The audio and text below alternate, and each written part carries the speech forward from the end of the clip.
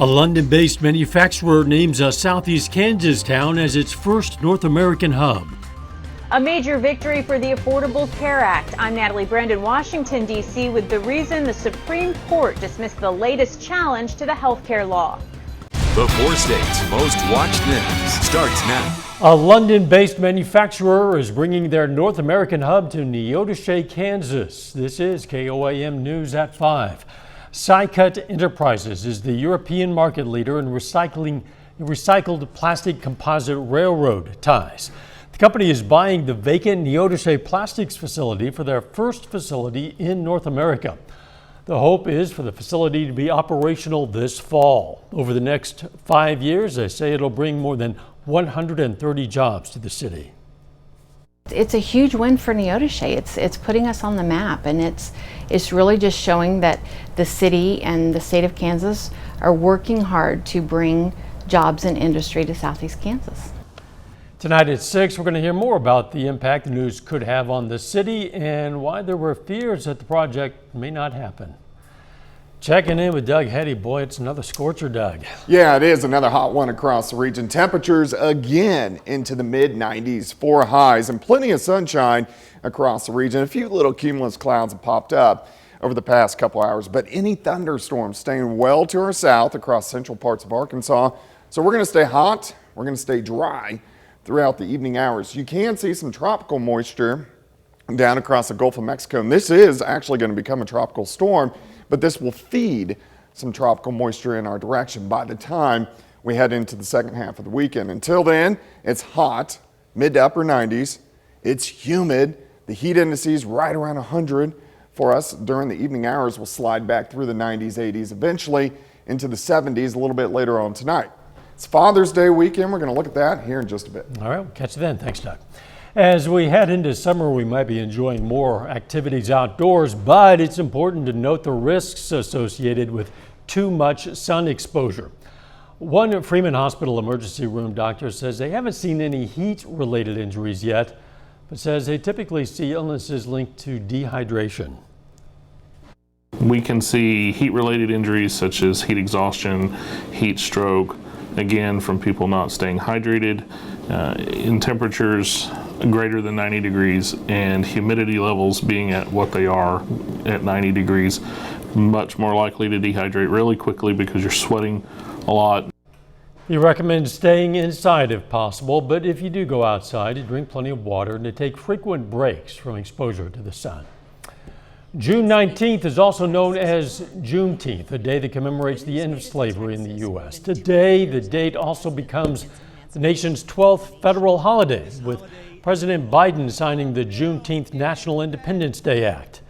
Juneteenth marks the day in 1865 when the last enslaved African Americans in Galveston, Texas, were notified that the Civil War had ended and they were free. It had been more than 2 years since President Lincoln signed the Emancipation Proclamation. The Juneteenth bill passed unanimously in the Senate and was supported by the overwhelming majority of House members, including all from our area. Brings us to today's KOAM News Now Instapoll. Today's question is, how do you feel about making Juneteenth a federal holiday? You can vote at KOAMnewsnow.com/vote or through the KOAM News Now mobile app. Results are updated live, and we're going to check in on them later in this newscast. The Supreme Court has upheld the Affordable Care Act, or Obamacare, for a third time. Natalie Brand reports from the White House. In a closely watched legal battle, Supreme Court justices ruled 7-2 to dismiss the latest challenge to the Affordable Care Act. Today's Supreme Court decision is a landmark victory for Democrats' work to defend protections for people with pre-existing conditions. The Affordable Care Act gets constantly woven deeper and deeper into the system. It's eventually going to be pretty hard to unravel from the system.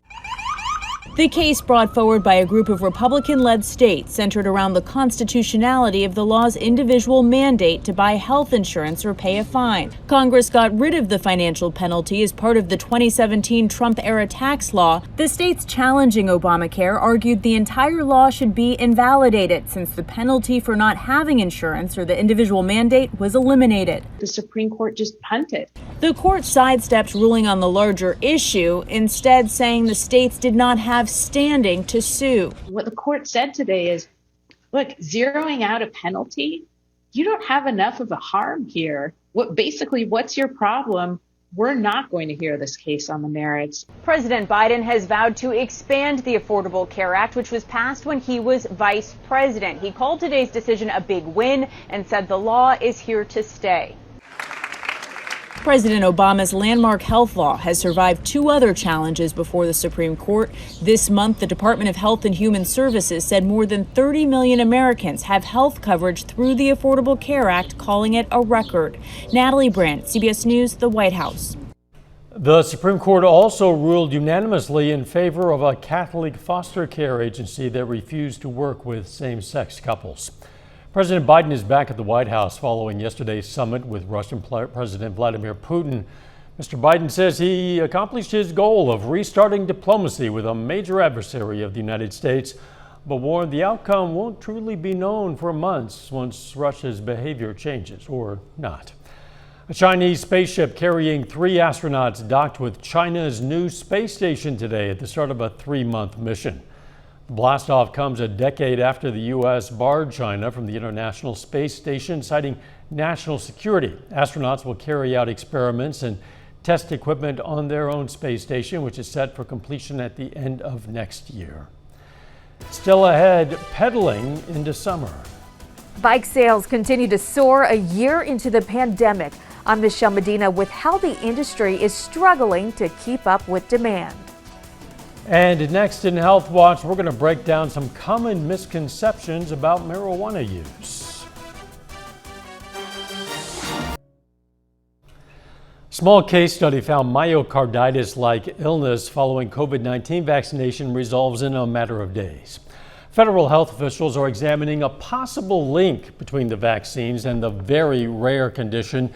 Yesterday's report in the American Heart Association's journal Circulation suggests the condition may be temporary and straightforward to treat. Myocarditis, typically the result of a viral infection, causes inflammation in the wall of the heart muscle. It can weaken the heart and cause it to pump irregularly. Marijuana is now legal in 36 states for medicinal purposes and 17 states for recreational use. The drug has been touted for its pain relieving and calming effects, but there are some myths you should know about. Just about everywhere you look and is legalized in more states every year. But there's more to the story when it comes to marijuana use. The common misconceptions and attitudes is that marijuana is harmless, which it's not. In fact, according to the Substance Abuse and Mental Health Services Administration, marijuana contains 3 to 5 times the amount of carcinogens as tobacco. And marijuana can lead to permanent IQ loss of as much as 8 points if you start using it at a young age. Studies also link the drug to depression, anxiety, suicide, self-harm, and psychotic episodes. Another myth, it's not addictive. Cannabis use disorder is frequent use of cannabis use and causing significant impairment in functioning. Studies suggest that 30% of those who use marijuana have some degree of cannabis use disorder. And our last fallacy, it's okay to drive with marijuana in your system. Fontanella says the truth is the drug significantly impairs judgment, motor coordination, and reaction time, and can increase your chances of a car crash. The Substance Abuse and Mental Health Services Administration says people who use marijuana are more likely to have relationship issues, poor educational outcomes, and low career achievement. A new report finds fast food companies are spending more on advertising and disproportionately targeting Black and Hispanic youth. The Rudd Center for Food Policy and Obesity pegged spending at $5 billion in 2019, with Black children seeing 75% more ads than their white counterparts. Focusing on emotions led to improved heart health in people living with obesity. Researchers in Ireland found that participants in a lifestyle modification program lost weight and saw benefits in anxiety and depression in 10 weeks. Dietitians say they identified each patient's triggers in a non-judgmental setting. And that is a look at today's health news. A little bit later, a website leak leads to exposés of email addresses of CVS customers. Plus, the heat sticks around over the next few days. We're going to check that out coming up next.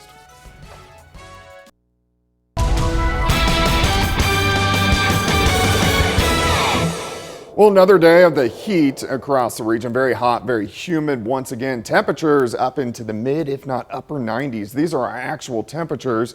You can see on the Missouri side, most of us are sitting 95, 96. And then once you get into Oklahoma and Kansas, we start approaching 100. It's 100 degrees in Neodesha, Kansas. Then you factor in the humidity and it gets even worse.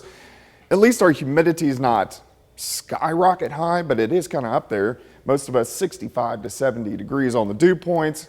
Kind of puts us in that sticky to muggy range. And that's where we're going to be sitting as we go through the next couple days. So our heat indices right now, it feels like 100, 101 or so across the region, but it looks good. 7th range line currently sitting at 95. Feels like 101. Pressure is dropping. Humidity is at 43%. Through the evening hours, we slide back through the 90s, 80s.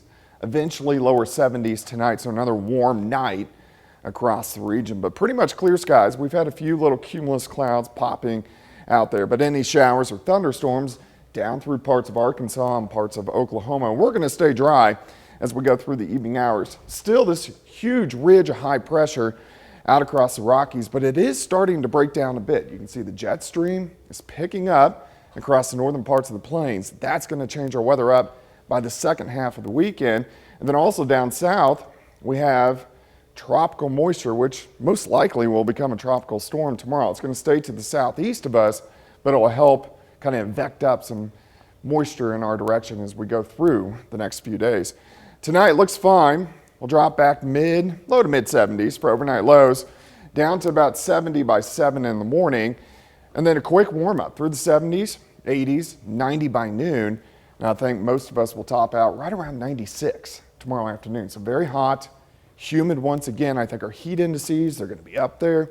Most of us, 102, 103 is the way it's going to feel to your skin by the time we head into tomorrow afternoon.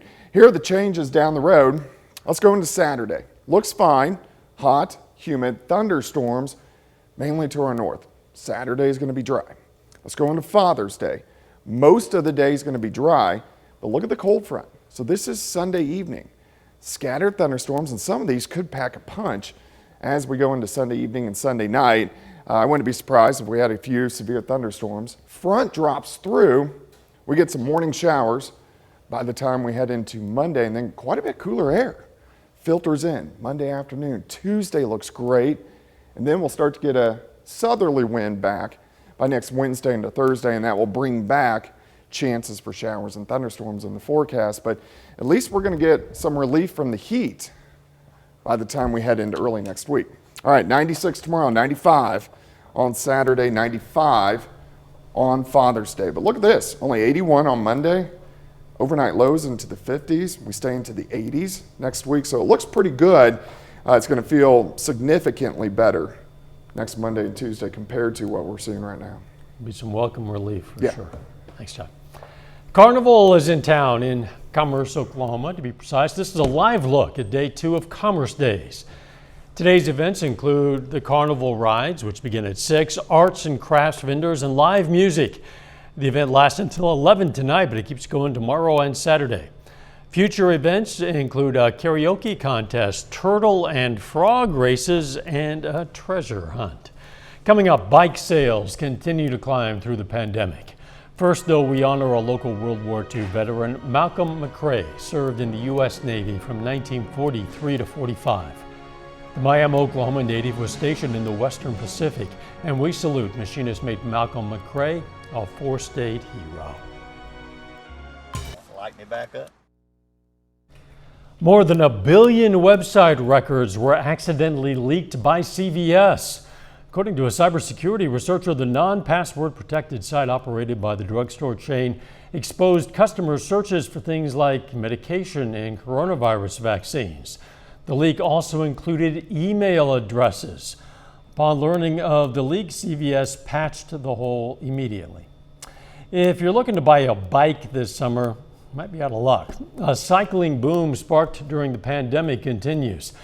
As Nichelle Medina explains, manufacturers are struggling to supply products as more people are eager to enjoy the outdoors. This is where usually we have bikes for sale, and we don't have any. Jason Dorman has never seen a bike shortage like this before. This is pretty much what I've been getting every day. We're just out of stock, out of stock, out of stock. Dorman's family-owned store, Summit Ski and Cycle in Los Angeles, ran out of inventory last year, putting the brakes on business. We're definitely not making that much money, but we're just making enough to survive right now. It's a similar problem across the U.S. The pandemic slowed bike production and manufacturers have yet to catch up. At the same time, demand skyrocketed last year and isn't slowing down. We're seeing numbers that are just jaw-dropping. Matt Powell from the market research firm NPD Group says sales between December 2020 and February grew 55% compared to the same time during the prior year. And it's not just bikes. Americans are buying products for a variety of outdoor activities. We're seeing camp furniture, grills, coolers, hammocks, recreational tents, all very strong. And then, of course, the cycling business has been outstanding. When do you think you will have bikes to sell? I imagine it won't be till next year. Until then, Dorman is switching gears, focusing on bike repairs when he can get parts. Bikes would have to sit here for an extra couple weeks just waiting on a part, when usually we get it done in one day. Dorman plans to ride things out and is hopeful that new inventory will soon spin out of his showroom. Nichelle Medina, CBS News, Los Angeles. Electric bikes are also seeing a major spike in sales. Another day, another round of outages. According to website monitoring service Down Detector, American Airlines, Southwest, and United Airlines suffered an outage today. The disruption tied to U.S.-based tech provider KOAM rippled across the globe, hitting financial institutions in Australia and Hong Kong. The outage lasted about 17 minutes for most sites. A final check of the forecast next.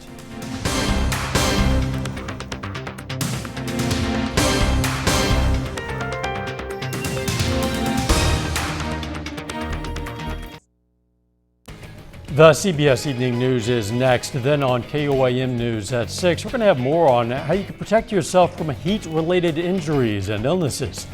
Plus, a Neosho, Missouri resident unveils 2 new murals they've been working on at their ranch, and how news of that new manufacturing hub in Neodesha, Kansas could impact the city.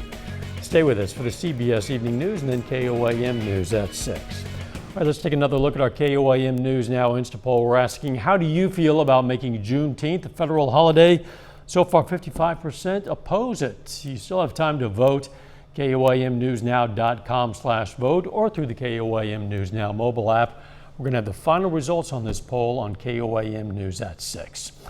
If you're looking to move overseas for cheap, what about Croatia? The Croatian town of Legrad is luring new residents by selling off homes for 1 Croatian kuna.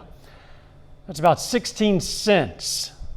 Yeah, the fine print, well, you have to commit to calling the small town home for at least 15 years, and the homes are kind of fixer-uppers. If you're willing to put down roots, the town will throw in around $4,000 to renovate your new space. 16 cents a piece. So you can buy 6 of these and still get change back from your dollar if you want to go that route. Kind of interesting. Yeah, you just have to make a commitment to Yeah, you fix it gotta up move. and live there. Yeah. Okay. The weather, it's still hot. Yeah, and it's going to stay that way over the next couple days. 96 tomorrow, 95s into the weekend, so heat indices right around 100 degrees. Some thunderstorms late Sunday into Monday morning, and then actually quite a bit cooler early next week. High temps into the 80s, overnight lows down into the 50s. Hot tea on that throat Yeah. might help a little bit. Thanks for joining us. The CBS Evening News is next. Of course, we're going to be right back here for KOAM News at 6. See you then. In the meantime, let's take care of ourselves and each other and make it a great evening.